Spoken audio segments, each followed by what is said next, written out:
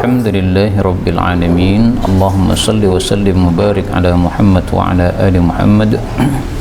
Allahumma anfa'na bima 'allamtana wa 'allimna ma yanfa'una wa zidna ilma wa barik lana fi ilmina warzuqna al-ikhlasa fil qawli wal 'amali kamila wa 'ilman nafi'an la yunsa wa tawfiqan daima wa sihhatan wa yaqinan wa 'afiyah. Allahumma iftah lana kulla khair wa yassir lana kulla umur. Allahumma ansuril mujahidin warhamil mustad'afin wa dammir a'da'ad-din watmis ala amwalihim. Allahumma sayyiban nafi'a, Allahumma sayyiban nafi'a, Allahumma sayyiban nafi'a, amin ya rabbal alamin. Alhamdulillah kaum muslimin rahimani wa rahimakumullah. Meski hujan, kita lanjutkan kajian hadis dari kitab guru kita Mbah Syekh Kiai Haji Ghazali Al-Jawi rahimahullahu taala. Meskipun kita tidak pernah ketemu sama beliau, tapi kita mengaku sebagai murid-murid beliau, yaitu dari buku-buku karya beliau. Nggak ada masalah seperti ini. Kita sudah sampai pada ini kan Tirmidzi, sebentar.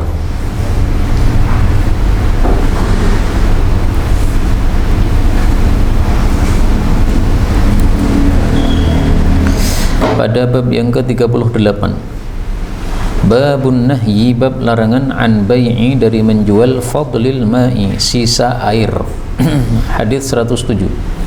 Wa an Abi Hurairah radhiyallahu anhu anna Rasulullah sallallahu alaihi wasallam qala la yumna'u, tidak boleh dicegah, fadlul ma'i, sisa air, liyumna'a, supaya dicegah pula, bihi, dengan sebab itu, al-kala'u, rumput. Hadis diriwayatkan oleh Al-Imam Al-Bukhari. Hadis ini menjelaskan bahwa sisa air yang kita miliki, kalau diperlukan oleh seseorang, maka tidak boleh kita mencegahnya. Nah, kalau tidak boleh mencegah, maka tidak boleh juga dijual, harus diberikan. Kenapa harus diberikan? Pertama, karena kita sudah tidak butuh, karena sisa. Yang kedua, karena diserikatkan oleh Allah Subhanahu wa taala, sebagaimana disebutkan oleh Nabi dalam hadis yang sahih, bahwa manusia ini berserikat dalam 3 hal, termasuk diantaranya adalah apa? Air. Syuraka'u fi thalathin. Rasulullah bersabda, al-muslimuna, kaum muslimin itu, syuraka'u, berserikat, fi thalathin, dalam 3 perkara. Yang pertama dalam hal rumput, yang kedua air, yang ketiga api. Hadis riwayat Abu Dawud, derajatnya sahih. Maka kaitannya di sini dengan bab, ya. Kalau di sini disebutkan la yumna, tidak boleh dicegah, sementara babnya adalah larangan menjual, karena menjual itu sama dengan mencegah. Karena kalau seseorang tidak punya uang, dia tidak akan bisa mendapatkan air tersebut. Atau kalau dijual sangat mahal, maka dia tidak akan mau membeli air tersebut. Sehingga berarti ini masuk dalam kategori pencegahan. Kita ambil beberapa faedah. Faedah yang pertama, kata-kata la yumna, tidak dicegah, ini bentuknya adalah bentuk berita, tapi maksudnya adalah larangan. Istilahnya para ulama adalah khabarun bima'na al-amr, bima'na an-nahyi, berita tapi maksudnya adalah larangan. Yang dalam ilmu balaghah, berita yang mengandung larangan ini lebih dahsyat daripada larangan asli atau larangan langsung. Misalnya, Allah Subhanahu wa taala mengatakan dalam Al-Qur'an, innamal mu'minuna ikhwatun. Ini berita, ya. Sesungguhnya tiada lain orang-orang beriman itu adalah bersaudara. Ini berita tapi maksudnya adalah perintah untuk bersaudara atau larangan untuk berpecah belah. Nah, maka ini larangan berpecah belahnya lebih dahsyat karena diwujudkan dalam bentuk kalimat berita. Ini dalam ilmu balaghah kita temukan seperti itu. Nah, maka di sini Rasulullah SAW sengaja gunakan kata-kata berita la yumna'u untuk larangan yang keras, ya. Sehingga kata-kata ini la yumna ini tidak mungkin hukumnya makruh, nggak mungkin. Ini hukumnya adalah apa? Haram, karena larangannya sangat keras dari Rasulullah sallallahu alaihi wasallam. Apakah ada dalil yang lebih tegas yang menunjukkan bahwa ini haram, tidak hanya makruh? Nah, mari kita lihat. Al-muslimuna, kaum muslimin, syuraka'u fi thalath, berserikat dalam 3 perkara, dalam air, dalam rumput, dan dalam api. Wa thamanuhu haramun, dan harganya atau hasil penjualannya adalah haram. Jelas sekali ya. Meskipun saya jujur dengan lafal yang jelas seperti ini riwayat Ibnu Majah, derajatnya memang dhaif, tetapi maknanya sahih karena tadi ya sudah ditetapkan oleh Nabi SAW dengan tegas, maka hukumnya sampai kepada derajat haram. Saya kasih contoh lain dari hadis Nabi SAW, bahwasanya kalimat larangan diungkapkan dalam bentuk kalimat berita. Misalnya Rasulullah sallallahu alaihi wasallam bersabda tentang al-muslim akhul muslim, la yadhlimuhu, la yakhunuhu, tidak mengkhianati, tidak dusta, tidak membiarkannya. Ini semuanya kalimat berita, tapi maksudnya larangan ya.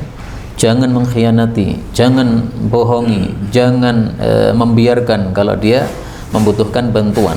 Ini hadis riwayat Tirmidzi, derajatnya sahih. Faedah kedua, Rasul mengatakan di sini fadlul ma, sisa air. Berarti kalau airnya tidak sisa, maka boleh kita cegah. Misalnya kita hanya punya air 1 gelas dan kita membutuhkan air tersebut, maka kalau kita cegah dari orang lain nggak ada masalah. Dia minta, kita mengatakan mohon maaf, saya tidak bisa kasihkan karena saya sendiri butuh. Nah, maka yang dilarang ini adalah apa? Fadl, sisa. Karena itu sisa oleh Nabi disuruh kita untuk melepaskannya. Mari lihat sabda Nabi SAW. Beliau mengatakan, ya bna Adam, wahai manusia, innaka, sesungguhnya engkau, antabdhulal fadla, engkau lepaskan kelebihan atau sisa, khairul laka, itu lebih baik bagi anda. Wa antum sikahu, adapun kalau engkau itu mencegahnya, menahannya, tidak mau melepaskannya, syarrul laka, maka itu adalah buruk bagi engkau. Hadits riwayat Muslim. Nah, kata-kata buruk bagi engkau ini sekaligus menguatkan tadi bahwasanya hukumnya di sini bukan makruh tapi haram ya, karena dilarang oleh Nabi SAW sampai muncul kata-kata syarrun, buruk. Ini hadits riwayat Muslim. Kenapa? Yang larangan tadi buat air baru saja. Yang baru saja? Bukan. Nah, ini bukan. Ini secara umum. Harta kita yang fadl, yang sisa, itu paling bagus adalah kita lepaskan. Kalau kita tahan, maka jadi keburukan. Ditahan maksudnya tadi ya, tidak mau melepaskan sementara ada orang yang membutuhkannya. Bismillah. Melepaskan itu artinya memberikan. Memberikan, okay. Berikan kepada orang lain. Itu apa saat ada orang minta atau memang kita kesadaran diri? Ada orang meminta, maka kita berikan kalau memang dia pantas untuk mendapatkan pertolongan. Adapun kalau tidak meminta tetapi dia membutuhkan bantuan kita, nah itu tergantung ya. Bisa muta'ayyin, bisa tidak. Kalau tidak ada yang membantu selain kita, muta'ayyin. Muta'ayyin itu artinya harus kita bantu. Ada orang-orang yang lain yang bisa membantu, misalnya dia itu punya keluarga besar, ya. Sementara kita hanya teman saja, nah, maka tidak muta'ayyin karena sebenarnya masih ada yang lain yang bisa membantunya. Faedah berikutnya, di sini disebutkan liyumna, supaya dicegah dengan sebab itu al-kala, rumput. Ini maksudnya gimana? Jadi gini. Biasanya dulu orang kalau membuat sumur itu biasanya untuk memberikan ternak minum bagi ternaknya. Nah, biasanya di sekitar sumur tadi juga ada rumput-rumputnya. Nah, maka orang kalau mencegah sisa air pada sumur yang dia gali itu sama dengan mencegah rerumputan yang ada di sekitar situ. Sehingga li di sini ini disebut dalam bahasa Arab sebagai istilahnya lamul aqibah. Aqibah, Lam yang menunjukkan akibat. Jangan kamu menghalangi sisa air untuk diambil oleh orang, karena akibatnya kamu sama dengan menghalangi dari rerumputan. Padahal dua-duanya ini oleh Allah dibikin untuk berserikat seluruh kaum muslimin. Air itu berserikat, rumput juga berserikat. Nah, maka berarti kita sudah melarang dua yang sudah diserikatkan oleh Allah antar kaum muslimin. Nah, itulah maksudnya. Artinya berserikat itu apa? Kita mengambil harus izin. Karena berserikat maka miliknya bersama, sehingga kalau itu miliknya bersama ya tentu saja tidak perlu izin. Tapi kalau itu adalah sumur kita, nah, izinnya yaitu dari sisi karena dia itu adalah sumur milik kita, itu saja sebagai adab saja. Tapi kalau haknya terhadap air tadi hak bersama, sehingga sebagai adab tetap minta izin. Kayak misalnya hadis tentang seorang tetangga boleh menancapkan apa? Paku di kayu ya di tembok kita. Rasul mengatakan la yamna, jangan mencegah tetangga untuk menancapkan kayu di rumahnya. Nah, ini dibahas oleh para ulama. Apakah tetangga yang nancap tadi harus minta izin? Sebagian ulama mengatakan ya harus minta izin. Kenapa? Temboknya tembok milik saya kok. Kamu mau nancap ya minta izin. Sebagian ulama mengatakan enggak perlu minta izin. Kenapa? Karena sudah diizinkan oleh Nabi. Jadi seolah-olah Presiden Indonesia sudah mengizinkan. Nah, maka tidak usah kita minta izin lagi karena yang atas sudah mengizinkan. Nah, makanya saya katakan tadi sebagai adab maka paling bagusnya kita apa? Minta izin. Jadi saya cocok dengan pendapat yang pertama, ini tetap minta izin. Tetapi ketika kita minta izin tidak boleh ditolak. Kalau tetangga tadi menolak, enggak boleh nancapkan kayu di tembok saya, dosa. Karena sudah diizinkan oleh Rasulullah sallallahu alaihi wasallam. Tapi sebagai adab hendaklah kita minta izin. Ini lamul aqibah ini yang kita bahas tadi. Ini kita temukan juga dalam Al-Qur'an. Misalnya Allah Subhanahu wa taala bicara tentang Fir'aun. Nabi Musa mengatakan, Rabbana innaka ataita fir'auna wa mala'ahu zinatan wa amwalan fil hayatid dunya. Wahai Rabb, engkau sudah berikan Fir'aun kekayaan yang banyak. Rabbana liyudillu, wahai Rabb kami, akibatnya mereka menyesatkan orang. Nah, maka lam di sini adalah lamul aqibah. Sama dengan ini ya, liyumna yaitu lamul aqibah. 108. Wa anja, monggo Pak. Tapi yang tiga ya, rumput. Air, nih. Yang rumput itu Pak, pengertian kita pada umumnya ya. Itu umum ya. Dicari siapa saja belikan ya. Nah sekarang modelnya kan ada penanam rumput. Nah, kalau itu yang nanam kita sendiri itu hak kita Pak. Tapi yang dimaksud adalah rumput yang ditumbuhkan oleh Allah. Air sama juga. Air kita cuma menggali sumur. Siapa yang mengeluarkan dari dalam tanah ke dalam sumur kita? Allah. Maka karena yang mengeluarkan Allah itu adalah hak bersama. Tapi kalau sudah kita taruh di galon, nah ini adalah hak kita. Sehingga rumput yang kita tumbuhkan sendiri alias kita tanam, okay, kita perlu benih kita tanam, okay. Rumput gajah kan perlu ditanam Pak, okay. Nah, mungkin kalau rumput-rumput yang khusus yang perlu kita tanam, nah, itu adalah hak milik seseorang yang menanamnya. Tapi yang tumbuh sendiri, nah, itu meskipun di tanah kita itu untuk bersama. Tanahnya tanah milik saya, tapi rumputnya yang numbuhkan siapa? Allah Subhanahu wa taala. Tetap itu milik bersama. Ya, ini terasa agak panas ya. Apakah apa? AC-nya lagi mati atau gimana? Baik, berikutnya guys, 108. Wa an Jabir bin Abdullah radhiyallahu anhu qala naha telah melarang Rasulullah sallallahu alaihi wasallam an bai'i dari menjual fadlil ma'i sisa air. Hadis riwayat Muslim. Nah, kata-kata naha ini menjelaskan kata-kata la yumna tadi ya. Ini bukan hanya sekedar berita, tapi ini adalah larangan. Nah, bahkan larangan yang diungkapkan dengan bentuk berita ini lebih keras daripada yang langsung larangan. 109. An Iyas bin Abdin anna Rasulullah sallallahu alaihi wasallam naha, melarang, an bai'i, dari menjual, fadlil ma'i, sisa air. Riwayat Abu Dawud. Ini saya mikir-mikir ini, Pak. Kenapa Mbah Ghazali nyebutkan dua hadis ini padahal isinya sama? Naha an bai'i fadlil ma', riwayat Muslim. Naha an bai'i fadlil ma', riwayat Abu Dawud. Mestinya kalau sudah riwayat Muslim nggak perlu riwayat Abu Dawud, karena Muslim tingkatannya lebih tinggi. Wallahu alam, mungkin, nah saya nggak tahu kan maksud beliau apa nih. Mungkin beliau ingin menampilkan ini seorang sahabat Nabi yang kurang populer, namanya Iyas bin Abd.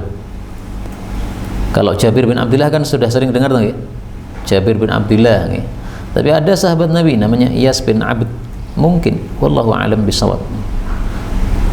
Seandainya beliau masih hidup, kita tanya beliau, fungsinya apa ini, Mbah? Disampaikan apa? 2 kali hadis yang sama. Karena di dalam kitab-kitab tentang biografi tentang Iyas bin Abd ini diperselisihkan oleh para ulama. Kata Imam Zahabi, mukhtalafun fi suhbatih, diperselisihkan apakah dia sahabat Nabi ataukah tidak. Nah, mungkin ini adalah maksud beliau ingin tampilkan ada seseorang yang diperselisihkan apakah dia sahabat Nabi ataukah bukan. Iyas bin Abdullah, kemudian diringkas menjadi Abd. Ini termasuk Ad-Dausi, orang dari suku Daus. Ini adalah orang Yaman. Nah, mukhtalafun fi suhbatih, diperselisihkan apakah dia sahabat Nabi ataukah bukan. Nah, maka kalau benar ini tujuan beliau, berarti beliau dalam penulisan kitab ini selain menampilkan ilmu fikih, beliau juga ingin menampilkan ilmu hadis. Karena kepakaran beliau kan dalam bab apa? Hadis. Sehingga ketika nulis ilmu yang bernuansa fikih pun, ilmu hadisnya masih ingin disampaikan. Wallahu a'lam bishawab. Nah, kemudian hukumnya hadis ini gimana? Karena Iyas bin Abd ini adalah mukhtalaf, diperselisihkan tentang apakah dia sahabat Nabi ataukah tidak. Nah, dari sisi derajat sanad ya derajatnya adalah dhaif. Tapi dari sisi maknanya sahih karena sama dengan hadis sebelumnya tadi. Berikutnya bab 39, an-nahyu, larangan, an bai'il gharar, dari jual beli yang mengandung gharar atau spekulasi atau ketidakjelasan. Jadi gharar ini bisa diartikan dua. Pertama, ketidakjelasan. Yang kedua, spekulasi. Dan ketidakjelasan itu juga menimbulkan spekulasi. Hadis 110, an Abi Hurairah radhiyallahu anhu qala, naha, telah melarang Rasulullah sallallahu alaihi wasallam, an bai'il hasati, dari jual beli dengan kerikil, wa an bai'il gharar, dan dari jual beli dengan spekulasi. Hadis riwayat Muslim. Disebutkan bai'il gharar, jual beli dengan spekulasi, setelah disebutkan bai'il hasad, jual beli dengan kerikil. Ini termasuk dalam bab menyebutkan yang umum setelah yang khusus. Dzikru al-ammi ba'dal khassi, menyebutkan yang umum yaitu bai'ul gharar, setelah yang khusus yaitu bai'ul hasad. Nah, berarti bai'ul hasad itu apa? Jual beli spekulasi menggunakan kerikil. Dicontohkan oleh para ulama. Jual beli tanah, kemudian si pembeli disuruh untuk melempar kerikil. Harganya ditetapkan dulu berapa? Ya 10 juta misalnya. Nah, 10 juta kamu sekarang lempar dengan kerikil. Di mana kerikilmu jatuh, disitulah luas tanah yang kuberikan pada kamu. Kalau dia ngelemparnya bisa kuat, nah 10 juta bisa tanah dapat luas sekali. Kalau lemparannya lemah, nah, maka dia bisa dapat tanah yang sedikit. Namanya spekulasi seperti ini. Maka tidak boleh dilarang karena apa? Adanya spekulasi tersebut. Atau kalau zaman sekarang ya gampang saja ya, misalnya HP ditaruh di atas meja, kemudian suruh ngelempar dengan kerikil. Mana yang HP terkena lemparan kita, itulah yang kita dapat. Sudah dibayar dulu 5 juta. Ternyata dapat HP rongsok yang sudah rusak. Ya sudah. Nah, itu karena apa? Memang biasa dilakukan di masa dulu. Maka bai'ul hasad ini kalau kita ingin mengetahui penjelasannya yang tertulis, kita bisa jadi di kitab ini, Pak. Kitab namanya Mu'jam Lughatil Fuqaha, kamus bahasa ahli fikih. Nah, di sini disebutkan bai'ul hasad adalah ayyaqulal ba'i, seorang penjual mengatakan lil mushtari, kepada pembeli, abi'uka minas sila', saya jual kepada engkau dari barang-barang dagangan ini, ma taqa'u alaihil hasatu, apa yang terkena kerikil, bima belaghi kada, dengan nilai sekian. Nah, di atas meja ini ada barang-barang banyak ya, ada laptop, ada roti, ada Quran ya. Nah, silahkan antum lempar, harganya 1 juta. Kalau ternyata kena laptop ini untung 1 juta ya. Ini nggak dapat 1 juta ya. Kalau dapat roti ya rugi antum. Nah, 1 juta dapat roti saja. Termasuk maisir. Termasuk maisir, judi. Karena definisi judi adalah tadi spekulasi, untung rugi tadi. Pasar malam biasa model lempar-lempar kolom. Iya, apapun yang bersifat spekulasi begitu, itu disebut gharar, nggak boleh. Dan saya dulu melakukan, tapi pada saat tidak tahu kalau itu gharar. Pas SD, Pak. Masih ingat saya. Paling saya suka itu adalah beli bakso ojek yang model diputar itu loh. Nah, nanti kalau dapat angka 30, nah, maka dikasih bakso sejumlah 30. Masih ingat ya? Itu zaman SD itu. Sekarang kayaknya sudah nggak ada. Itu saya senang sekali waktu itu. Kenapa? Selalu untung. Masya Allah. Nah, dulu nggak tahu namanya SD ya. Belum diajarkan kayak begini-begini. Nah, bapak saya juga nggak tahu kalau saya beli kayak gitu, karena belinya bukan di depan rumah ya, di jauh sono. Nah, kalau sekarang anak-anak kita sudah kita kasih tahu seperti itu, nggak boleh. Berikutnya 111. Wa an Abdullah bin Umar radhiyallahu anhuma anna Rasulullah sallallahu alaihi wasallam naha, melarang, an bai'i, dari menjual habalil habalati. Apa itu habalil habalah? Nah, ternyata dijelaskan di depannya. Wa kana, dan adalah habalul habalah itu bai'an, satu jual beli, yatabaya'uhu, yang berjual beli dengannya ahlul jahiliyah, orang-orang jahiliyah. Kana rajul, adalah seseorang, yabta'u, membeli al-jazura, onta. Membeli onta bayarnya kapan? Ya, bayarnya adalah ila, sampai, antun taja, bahwasannya melahirkan an-naqatu, onta betina. Thumma, kemudian, tuntaju, melahirkan lagi, allati fi batniha, janin yang ada dalam perutnya onta betina tadi. Hadis muttafaqun alaih. Jadi penjelasannya gini, saya beli laptop ini misalnya, kapan bayarnya laptop? Harganya 5 juta misalnya. Bayarnya nunggu sampai onta saya yang perempuan ini, yang betina ini, melahirkan janinnya, kemudian janinnya ikut bunting, kemudian melahirkan. Nah, kelahirannya yang kedua itulah saya nanti akan bayar laptop ini. Ternyata onta saya yang bunting, yang betina tadi, melahirkan cowok, Pak. Nah, sehingga nunggu lagi sampai bunting lagi. Setelah bunting ternyata cowok lagi, nunggu lagi sampai bunting lagi.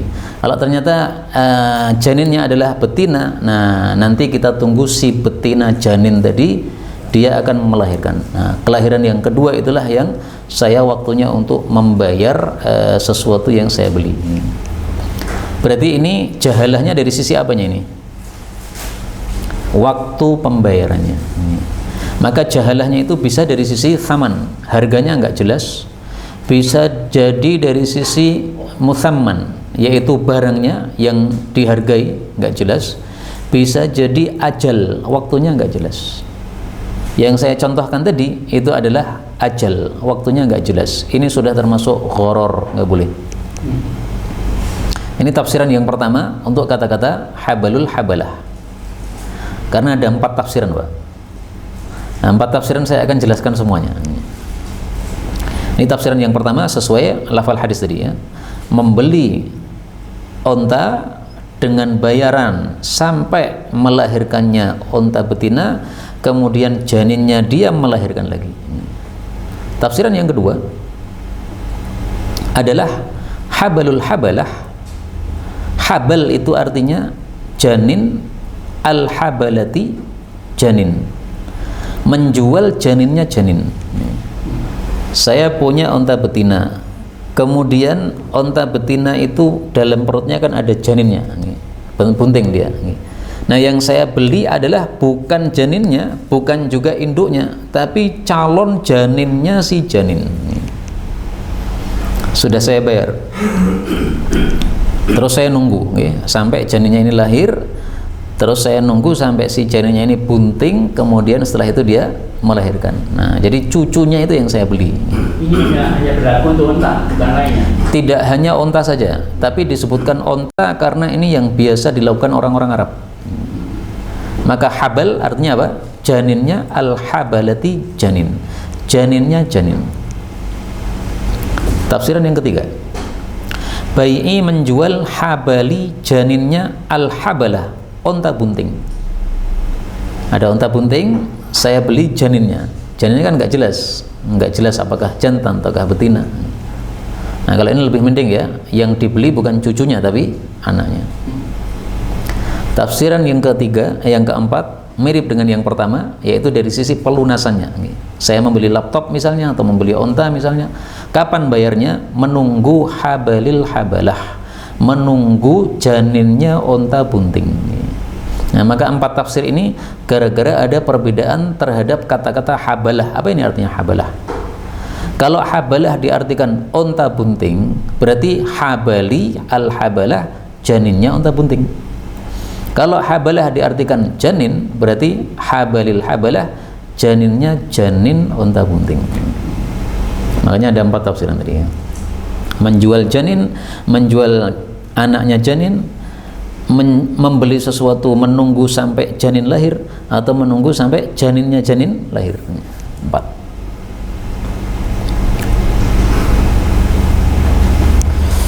Nah, adapun sebab larangannya, sebabnya 1, jahalah, karena tidak jelas. Tidak jelasnya dari sisi bisa thaman harga, atau muthaman atau barangnya, atau ajal atau waktunya. Baik, kemudian kita ambil beberapa faedah. Faedah yang pertama, kata-kata al-jazur ini artinya onta, dan onta itu dalam bahasa Arab banyak sekali mufradatnya. Nah, maka kita cari apa sih arti al-jazur secara khusus ini. Onta yang kayak apa jazur itu? Al-jazur itu adalah ma yasluh li ayyudhbah minal ibil, onta yang bisa untuk disembelih, yang pantas untuk disembelih. Jadi kalau onta baru saja lahir, nah itu bukan jazur, karena masih belum pantas disembelih. Tapi yang sudah pantas untuk disembelih, nah itulah yang disebut jazur. Jadi istilahnya apa? Onta sembelihan, onta yang cocok untuk disembelih, Korban. untuk korban maupun yang lainnya. Faedah berikutnya, kata-kata tuntaj itu dalam bahasa Arab mengikuti wazan tuf'al. Kalau wazannya tuf'al biasanya diartikan apa? Dilakukan, ya kan? Ya. Tapi di sini tuntaj artinya bukan dilahirkan, tapi melahirkan. Dan seperti ini dalam bahasa Arab hanya ada beberapa kata, sedikit, nggak banyak, sehingga bisa kita titeni. Pokoknya kalau ketemu kata-kata tuntaj, hati-hati. Bentuknya adalah mabni majhul, tapi maknanya adalah mabni ma'lum. Majhul itu di, ma'lum itu me. Tuntaj mestinya artinya dilahirkan, tapi di sini artinya melahirkan. Ila antun tajannaqah, sampai onta betina melahirkan. Thumma tuntaj, kemudian melahirkan lagi allati fi batniha. Nah, coba antum cek di terjemahannya. Kalau terjemahannya melahirkan sudah benar. Kalau terjemahannya dilahirkan, nah itu berarti karena penerjemahannya belum mengetahui ilmu ini. Nah, nanti aja dicek. Nggak harus sekarang. Berikutnya 112. Wa an Ibnu Abbas radhiyallahu anhuma 'anil nabiyyi sallallahu alaihi wasallam qala as-salafu, utang itu, fi habalil habalati, pada jual beli habalul habalah, itu riba, adalah riba, maksudnya seperti riba. Jadi ini asalnya gini, ka riba, seperti riba. Kemudian ka-nya dihapus untuk mendahsyatkan penyerupaan. Seperti misalnya saya mengatakan anta asadun, Anda itu seperti singa, saking apa? Galaknya. Nah, itu asalnya itu ka. Ka seperti singa, tapi kemudian ka-nya dihapus karena saking dahsyatnya, galaknya atau apa namanya kuatnya, nah, maka anta asadun. Nah, riba juga gitu, ka riba. Jadi apa maksudnya ini? Utang kalau itu modelnya dengan habalul habalah, pembayarannya nunggu sampai habalul habalah, maka itu haramnya seperti haramnya riba. Beli laptop, kapan bayarnya? Nunggu sampai janinnya janin lahirnya. Nah, itu haram seperti haramnya riba. Apa? Nah, sama aja. Ini kan kebiasaan orang Arab. Kalau orang Indonesia nggak mungkin pakai sistem habalul habalah, nggak ada onta. Nah, nunggu panen padahal belum tentu panen. Nunggu sampai Jokowi lengser misalnya pas dulu, nah, padahal nggak kan lengser, nggak bisa gitu, nggak jelas. Pokoknya harus jelas thaman harga, muthaman barang, ajal waktu. Tiganya harus jelas. Salah satu nggak jelas, jahalah haram. Kemudian kita ambil beberapa faedah. Faedah yang pertama, as-salaf ini artinya bermacam-macam. Kadang-kadang salaf itu artinya adalah salam. Salam itu jual beli, kita bayar uang dulu, barangnya kemudian. Misalnya saya bilang kepada petani, saya beli beras 1 ton. Kapan itu? Ya nunggu sampai apa namanya panen, masa panen. Saya sudah bayar dulu, kesepakatannya berapa. Nah, tapi barangnya nanti ketika musim panen, nggak ada masalah. Ini namanya jual beli salaf atau salam. Kadang-kadang salaf artinya adalah utang. Nah, maka untuk menentukan arti ini salaf ini yang dimaksud jual beli salam tadi, ataukah ini maksudnya adalah utang, nah, itu sesuaikan kondisi kalimatnya. Karena di sini bicara tentang habalul habalah, maka yang terjadi saat itu lebih cocok artinya apa? Utang tadi. Jadi utang bayarnya nggak jelas, yaitu sampai habalul habalah. Saya contohkan lagi kata-kata as-salaf dengan artian hutang. Satu hadis. Inna salaf, sesungguhnya utang, yajri majra syatris sadaqah, itu adalah sesuai dengan atau selevel dengan separuh sedekah. Jadi saya ngutangi seseorang 1 juta, itu sama dengan sedekah 500.000. Saya ngutangi seseorang 2 juta, sama dengan sedekah 1 juta, separuh. Jadi lebih untung ngutangi atau lebih untung sedekah? Sedekah? Kenapa enggak, Pak? Kalau kita sedekah sempurna, kalau kita ngutangi separuh, lebih untung mana berarti? Jadi dari tinjauan apa itu? Dari sisi pahala, lebih untung yang mana? Sedekah. Kalau menurut saya lebih untung ngutangi, karena kalau sedekah cuma sekali, ya kan? Kalau ngutangi sini.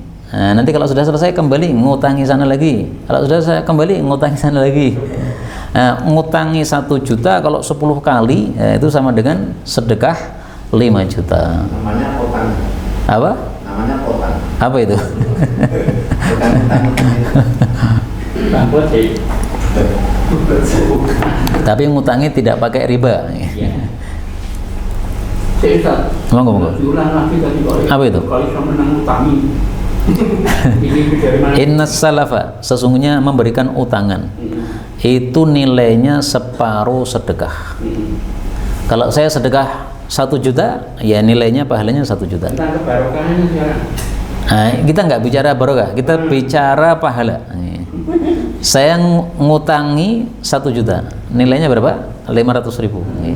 Kalau saya ngutanginya berulang-ulang sampai 10 kali, berarti 500.000 kali 10 kali jadi 5 juta. Kalau Iya.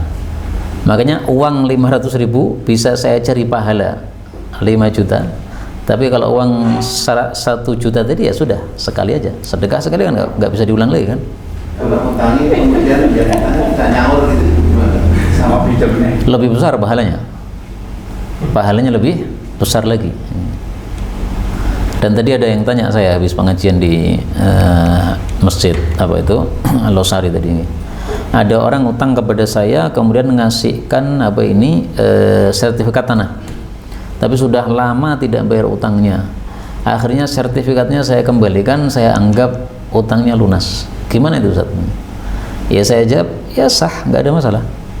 Tapi alangkah bagusnya kalau panjenengan bilang dengan ucapan, utangmu sudah saya anggap lunas. Karena kalau dia tidak bilang apa-apa, itu dia masih mikir, Pak, wah utangku cinta utang gitu. Kalau ketemu masih apa? Pekewo, karena masih merasa punya utang. Kalau sudah kita ungkapkan, kamu sudah saya maafkan, ya sudah enak. Karena kasusnya tadi beliau belum mengucapkan dengan ucapan, baru dalam hatinya sudah diniatkan dimaafkan. Faedah berikutnya, dalam hadis ini Nabi mengatakan riba, padahal yang dimaksud adalah dosanya sama dengan riba, bukan betul-betul riba. Nah, karena itu ini istilahnya dalam bahasa Arab adalah majaz. Jadi kalau ditanya apa yang dosanya seperti riba itu apa? Dosanya seperti riba, artinya besar sekali dosanya. Dosa yang sampai ditantang oleh Allah untuk perang sama Allah Subhanahu wa Ta'ala. Dosa yang kata Nabi SAW, dosa riba minimalnya itu seperti zina dengan ibu sendiri. Oh, besar sekali dosanya. Salah itu kan juga diterjemahkan dahulu ya. Ya, kalau salaf yang salam tadi itu adalah bayar dulu, barangnya belakangan. Itu boleh, asalkan jelas. Yang tidak boleh kalau tidak jelas. 113 wa Nabi Sa'id al-Khudri radhiyallahu anhu qala naha telah melarang Rasulullah sallallahu alaihi wasallam an dari satu syira'i membeli ma fi butunil an'am, apa yang ada dalam perut ternak-ternak hatta tada sampai dia melahirkan. Berarti maksudnya apa ini? Janinnya ya. Bukan tai ya. Kalau tai dalam perut enggak mungkin dibeli. Yang kedua wa amma dan dari apa yang fi duru'iha ada pada teteknya ha illa bikailin kecuali setelah ditakar. Berarti apanya? Susunya. Nih. Saya beli susunya yang ada di tetek kambing kamu ini. Berapa? 10.000. Nah, nggak boleh. Nih. Karena belum diperah. Nih. Harus diperah dulu, kemudian diberi. Setelah diketahui berapa literannya, nah, kita bayar. Pokoknya sak susu itu saya beli 10.000, nggak bisa. Ya, itu nggak jelas. Nih. Bisa sedikit, bisa banyak. Dulu Nabi mengatakan kail karena modelnya adalah dengan ditakar. Kalau sekarang kita pakainya liter. Yang ketiga wa an syira'il abd dan dari membeli budak wa huwa abik yang sedang minggat. Budak saya minggat, saya jual 10 juta, murah. 10 juta kalau nemu, murah itu Pak. Biasanya 100 juta. Tapi kalau nggak nemu ya sudah. Budaknya sudah minggat ke Afrika misalnya. Dia udah bayar 10 juta ke saya, nah, rugi dia. Yang keempat wa an syira'i dan dari membeli al-maghanim, ghanimah hatta tuqsam sampai dibagi. Jadi saya perang, kemudian saya bilang kepada tangga saya yang enggak perang, ghanimah saya jual kepada engkau. Berapa? 10 juta. Nah, akhirnya dia ngasih saya 10 juta, saya bawa untuk bekal perang. Enggak boleh. Karena belum jelas ghanimahnya berapa. Kalau ghanimahnya ternyata nilainya 1 miliar, saya rugi. Hanya dibayar 10 juta, ternyata hasilnya 1 miliar. Tapi kalau hasilnya cuma 1 juta, ya maka saya untung. Nggak boleh. Yang kelima wa an syira'i dan dari membeli as-shadaqati, zakat-zakat hatta tuqbad sampai diterima. Jadi orang miskin biasanya setiap akhir bulan dapat zakat. Nah, sebelum datang zakatnya sudah dijual dulu, nggak boleh. Tunggu dulu sampai datang. Karena belum tentu zakatnya datang, bisa jadi baitul mal kosong. Yang keenam wa an darbati dan dari hasilnya al-ghais, orang yang menyelam. Jadi orang menyelam dalam laut, nah, kemudian kita bayar apapun yang kamu temukan, saya kasih harga 1 juta. Ternyata dia dapat mutiara, Pak. Nilainya 1 miliar. Saya bayar 1 juta, rugi dia. Atau dapat batu biasa, nggak ada nilainya, ya saya yang rugi. Nah, itu yang disebutkan oleh Nabi ini, kata para ulama, yang disebutkan oleh Nabi ini karena dulu sering terjadi. Ini semuanya kalau diringkas gampang, gharar, selesai. tapi oleh Nabi disebutkan rinci. Kenapa? Ini sering dilakukan oleh orang-orang Arab jahiliyah dulu. Hadis diriwayatkan oleh Nasai. Nah, ini saya tambahkan bahwasanya di dalam sanadnya ada rawi bernama Syahr bin Hausyab. Nah, Syahr bin Hausyab ini populer bahwasanya dia termasuk perawi yang dhaif. Nah, terus bagaimana nih? Mbah Ghazali menampilkan hadis yang ada perawi bernama Syahr bin Hausyab. Gak ada masalah. Karena anggaplah ini dhaif, maknanya sahih tidak? Sahih, karena sesuai hadis-hadis yang sebelumnya tadi, bahwasanya spekulasi gharar tidak boleh. Apalagi Syahr bin Hausyab ini kalau kita lihat biografinya itu diperselisihkan, ada yang mendhaifkan, ada juga yang tidak. Mari kita cek ya. Ini cara ngeceknya sini, Pak. Yang ada apa ini?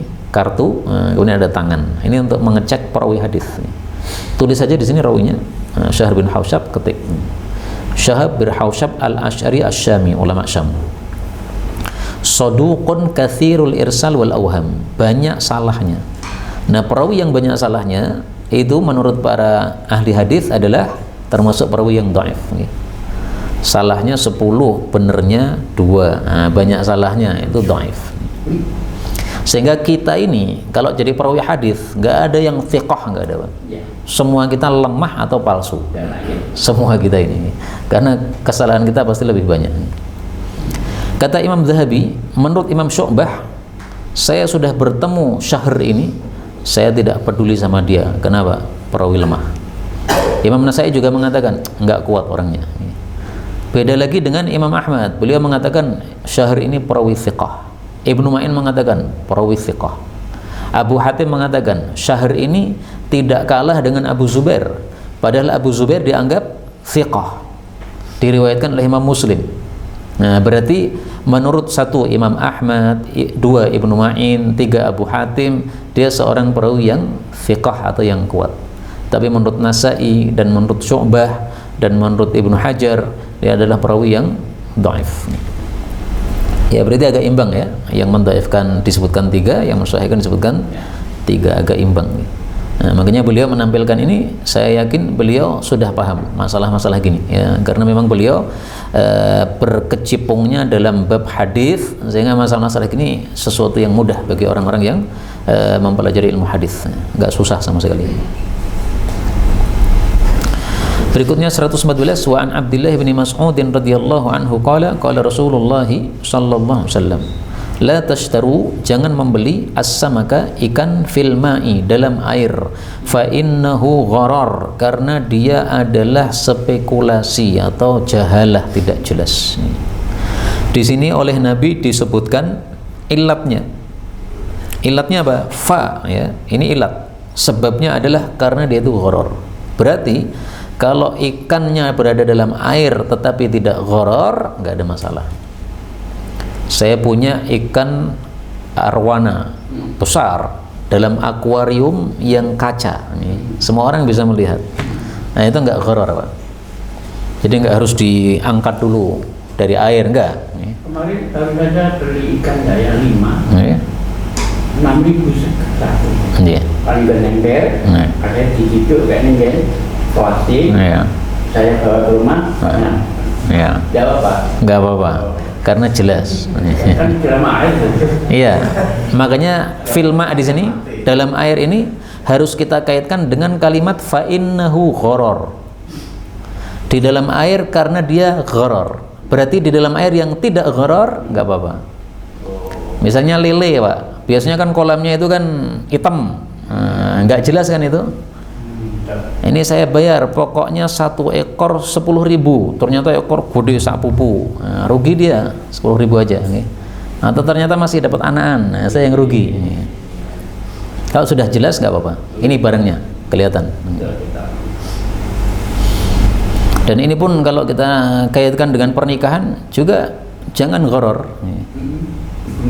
Jadi misalnya menikah hanya melihat foto, padahal fotonya sudah dipoles. Atau pakai apa itu, trik-trik itu, sudah diperbaiki. Ternyata setelah ketemu kaget, ternyata nggak sesuai dengan fotonya. Gharar seperti itu, nggak boleh. Diperjelas, ini foto saya dulu ketika usia 18, sekarang saya usia 25. Perjelas nih. Nah, kalau ada kita di apa suara ya riwayat, kamu itu makan itu apal kayak ini loh Pak. Nggih. Ini kan ada untuk penipuan. Calonmu adalah meripati orang itu jalan. Ini udah jalan. Nah, kalau disebutkan yang jeleknya malah nggak apa-apa Pak, karena dia siap nih. Tapi yang disebutkan baiknya, malah nipu nanti. Malah boleh. Ya karena kan semua orang tidak mau yang jelek kan.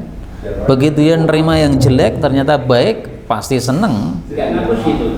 Ya ngapusi secara tidak langsung, dan itu ngapusi yang diperbolehkan karena maksudnya itu bukan sesuai yang dia lafalkan. Istilahnya ta'arid atau ma'arid. Orangnya bisu, apa maksudnya bisu? Bisu nggak pernah miso. Nah, itu nggak apa-apa, ma'arid namanya. Bisu malah kamu rasanya. Iya. Dan ma'arid ini bisa menyelamatkan kita dari pembunuhan.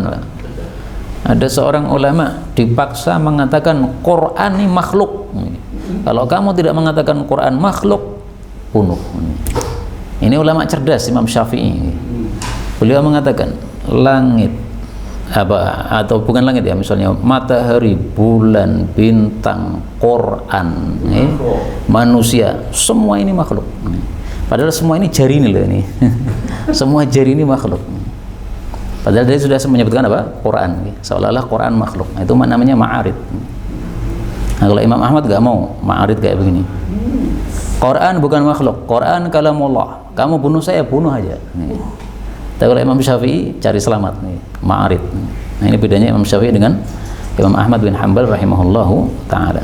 Ya semuanya bagus nih. Imam Syafi'i berarti tampak cerdasnya. Imam Ahmad berarti tampak kuatnya, ya, kokohnya dalam beragama. Ini menyebutkan sesuatu yang berbeda pengertian dari orang lain. Ya, jadi lafal yang dohir tidak dimaknai dengan lafal yang dohir tersebut. Dia memaknai makna yang lain. Nah, itu namanya ma'arid. Gak ada masalah seperti ini kalau memang diperlukan. Ya. Kemudian hadis ini derajatnya sama juga ya, dhaif. Tetapi hanya saja dari sisi sanadnya saja yang dhaif, adapun maknanya sahih karena sesuai dengan hadis-hadis yang sebelumnya tadi. Bab 40, babun nahyi 'anil mulamasah wal munabadah. Tinggal dua bab. Dua bab ini kita bicarakan di waktu yang lain saja. Karena sudah habis nanti. Banyak buat lagi. Ya, untuk sisa waktu boleh kita buka soal jawab baik yang berkaitan dengan tema maupun secara bebas. Fenomena apa Ustaz? Katanya unta itu kalau mau disembelih mapan, apa betul? Saya belum pernah mengalami menyembelih unta, Pak. Jadi nggak tahu saya. Perangnya, unta ini mapan gitu ya? Belum. Oh, saya dari sahabat dia. Tapi ya unta ada yang ganas ada Pak. Ini hadisnya. Awabit. Kok nggak muncul. Awabit. Inna lihadhil ibil. Sesungguhnya unta-unta ini awabit, ada yang ganas. Ka'awabidal wahsy, seperti ganasnya binatang buas. Maka kalau ada sesuatu yang mengalahkan kalian dari unta yang buas tadi, faf'alu bihi hakadha, maka silahkan lakukan seperti itu. Seperti itu apa? Yaitu ketika mau disembelih dia jerantal lari. Karena lari maka salah satu sahabat Nabi kemudian ambil tombaknya dilempar. Pas pada tubuhnya dia jatuh mati. Nah, kata Nabi, ya perlakukan seperti ini karena dia yang salah. Kalau dia manut disembelih, alhamdulillah. Enggak manut, lempar aja panah. Jadi ada yang ganas ada. Ada lagi yang lain mungkin? Apa? Thiqah itu adalah memenuhi dua syarat, yaitu yang pertama hafalannya kuat atau dhabit tadi, kemudian agamanya bagus. Maka kalau agamanya bagus tapi hafalannya nggak kuat, dhaif. Hafalannya kuat tapi agamanya nggak bagus, misalnya orang Syiah, nggak disebut thiqah. Nggak disebut apa? Thiqah. Makanya muncul pembahasan di antara para ulama, bagaimana dengan perawi-perawi Syiah yang ada di Bukhari. Perawi Syiah tapi ada di Bukhari. Maka jawabnya adalah, memang ini kaidah asal bahwa kalau agamanya menurut kita bermasalah, kita tidak menerima. Tetapi ketika kita lihat ternyata periwayatannya itu dari dulu tidak bermasalah, nggak ada masalah. Sehingga Imam Bukhari ketika menerima riwayat dari orang Syiah itu tidak serta-merta menerima, enggak. Beliau sudah mengecek, ini orang Syiah ini riwayatnya dari dulu mulus-mulus saja, maka saya terima. Nah, kalau kita nggak bisa, karena kita belum bisa menilai riwayat seseorang, ya. Kalau Imam Bukhari sudah apa? Sangat tinggi pengetahuannya terhadap para perawi hadis. Demikian. Apakah ada perawi Syiah dalam Bukhari? Ada. Misalnya nih ya, Ar-Rawajini. Oh, enggak pakai Rawajini berarti. Abbad ibnu Ya'qub.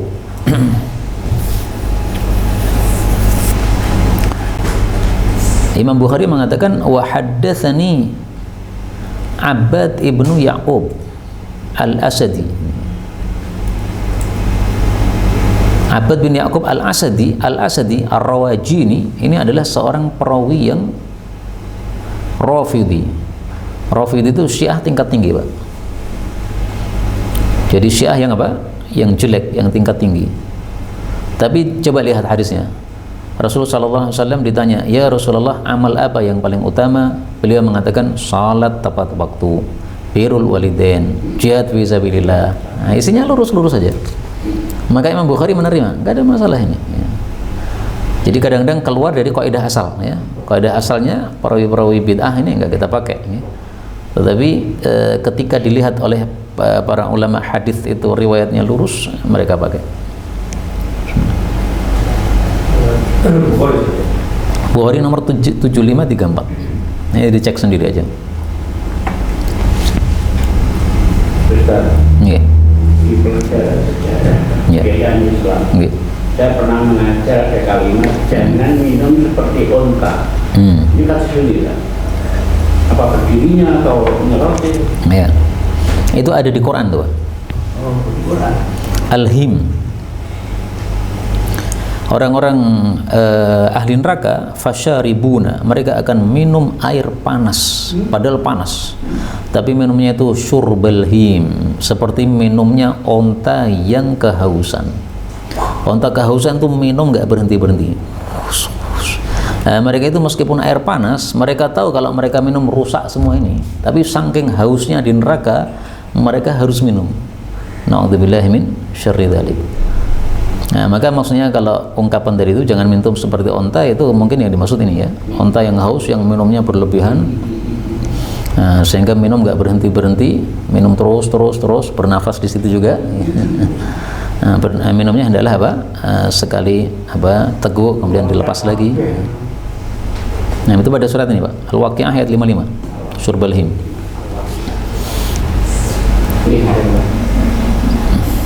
Tanya lain boleh. Monggo, Pak. Yang pengertian nama lu ini yang itu kembali, Pak. Iya. Apa itu? Amal itu tergantung pada niat. Kalau niatnya itu sedekah, tapi diikuti misalnya dengan ulang tahun, kondangan, potongan dan lain sebagainya, ini juga bagian dari yang sedekah atau bagian yang tidak beri. Ya. Innamal a'malu binniyat, tiada lain amal-amal itu dengan niat-niat. Ini ditafsirkan oleh para ulama bahwasanya maksudnya itu innama sihhatul a'mal al-ibadat binniyat. Tiada lain sahnya amal ibadah itu dengan niat. Kalau ibadah tanpa niat tidak sah. Orang lindur sholat nih, nggak sah. Meskipun sholatnya sudah 11 rakaat 1 jam, tapi ternyata ngelindur. Nah, itu tidak dihitung sholat karena tidak ada niatan sama sekali. Wa innama likulli imri'in ma nawa. Masing-masing orang mendapatkan apa yang dia niatkan. Nah, dia meniatkan sedekah, dapat pahala sedekah. dia niatkan untuk iklan dagangannya. Misalnya ini roti merek saya misalnya. Saya sedekah kepada antum dengan niatan saya pamerkan atau saya iklankan dagangan saya ini. Promosi. Nah, berarti ya dapatnya promosi. Nggak ada nilai pahala. Tapi kalau saya niat aslinya adalah sedekah, promosinya hanya plus tambahan, masih dapat pahala, Pak. Meskipun khilafiyah ya. Sebagian ulama ada yang keras. Niat harus 1, nggak boleh tambah. Pahala pas promosi 0. Tapi saya pilih pendapat yang mengatakan asal niat asalnya pahala, maka niatan tambahan nggak ada masalah. Saya sholat jamaah ke masjid. Memang setiap hari sholat jamaah ke masjid. Tapi sekaligus ada niatan, biasanya nanti habis asar ada yang jual es dung-dung. Sambil niatan es, nggak ada masalah. Jadi pahala sholat nggak berkurang sama sekali, karena itu hanya tambahan, sama dengan promosi tadi. Tapi ada rasa pripun saat tambahan lebih baik ya. Nah, kalau ada rasa pripun maka hilangkan, niatan dihilangkan, sehingga jangan bawa duit, Pak. Saya pernah 2 hari yang lalu, Pak, kalau yang Alija, ya, aku tukar permen lor, Pak, es lor, jalan batu, ada esnya nih. Nah, berarti nggak usah bawa duit, nggak bawa duit, sholat aja, nanti pulang dulu ngambil duit, balik lagi. Tapi pertanyaan tadi, bagaimana kalau sedekah di ulang tahun? Ulang tahunnya itu yang salahnya, Pak. Sedekahnya nggak salah. Sehingga solusinya gimana? Nggak usah nunggu pas ulang tahun. Mau sedekah, sedekah aja. Nggak usah dipaskan pas ulang tahun. Sama dengan teman saya yang di Sragen kemarin, ibunya wafat.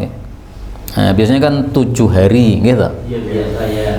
Maka dia bilang, saya itu pengen ngirim pahala untuk ibu saya, Ustaz. Gimana ini? Solusinya antum sedekah aja, bagi-bagi makanan kepada tetangga, tapi jangan nunggu 7 hari, 100 hari, nggak usah dipas-paskan. Mau kirim pahala, bagi sedekah. Sekarang mau transfer duit ke saya, boleh. Niatnya untuk ibu, nggak apa-apa. Syukur. Itu. Solusinya gitu, Pak. Nggak usah dipas-paskan. Karena itu apa namanya? Termasuknya tasyabbuh. Apa namanya? Ulang tahun ya, masuknya dalam bab tasyabbuh. Laisa minna man tasyabbaha bi ghairina. Tidak termasuk dari golongan kami umat Islam orang yang tasyabbuh menyerupai non muslim. Nah, apa ulang tahun itu adalah sumbernya dari adat barat, bukan adat Islam, sehingga dilarang tasyabbuh. Yang boleh syukur. Bersyukur kepada Allah dengan cara ibadah. Ibadah itu bisa sedekah dan yang lain-lain. Nah, tapi nggak usah dipaskan hari lahir. Wallahu a'lam bishawab. Subhanakallahumma rabbana wa bihamdika asyhadu an la ilaha illa anta astaghfiruka wa atubu ilaik.